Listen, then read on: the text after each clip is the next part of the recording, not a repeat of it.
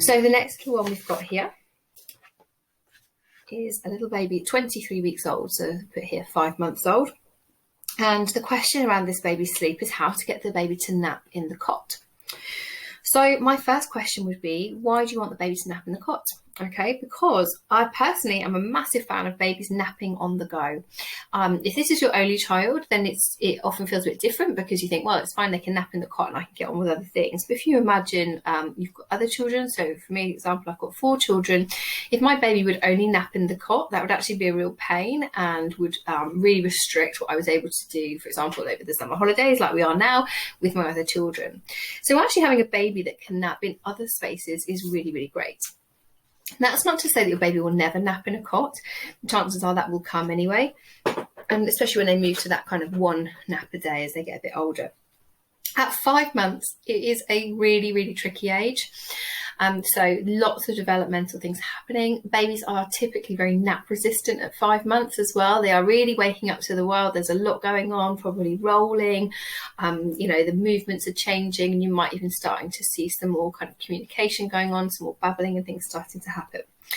So I would be suggesting with a 5-month-old, keeping them napping in a light room. Okay, so even if you are putting them down in the cot or in your room, keeping it light.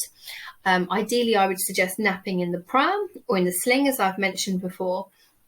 Now, one of the reasons for this is that alongside looking at having it so that the naps can easily happen wherever you are. For example, let's say you go to a wedding or something for the day. You want to be able to have your baby napping anyway. You don't want to have to think, oh my gosh, I've got to go and get them into a dark room or into their cot, whatever. They won't nap anywhere else. It's really, really helpful to have a baby that will nap anywhere. But the other thing is that you're still in the midst of kind of, them setting what we call their circadian rhythm, which is really their internal body clock. And one of the best ways to set that is going to be keeping it light in the daytime and dark at night. So we don't want them napping in dark rooms and what have you during the day. It's best to have them napping in the cot. So yeah, like I said, really, number one, why do you want them to nap in the cot? If you want them to nap in the cot, I would firstly get the naps happening at an appropriate time that is going to work for them, and then look at that transition into the cot, which I'm going to discuss later in ways that you can do that as well. But at 5 months, definitely concentrate on just getting the naps happening at a time that works for them, using some of the tips I've explained with the slightly younger baby. So looking to your child as to what cues they're giving you.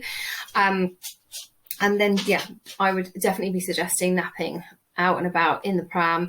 You can do that in your home, get them used to kind of rocking off in the pram or anything like that works really.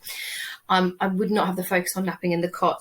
At 5 months as well, I wouldn't be necessarily expecting to see a very particular routine happening either. So, like I said, napping in the cot can be actually a bit more of a pain than you realise.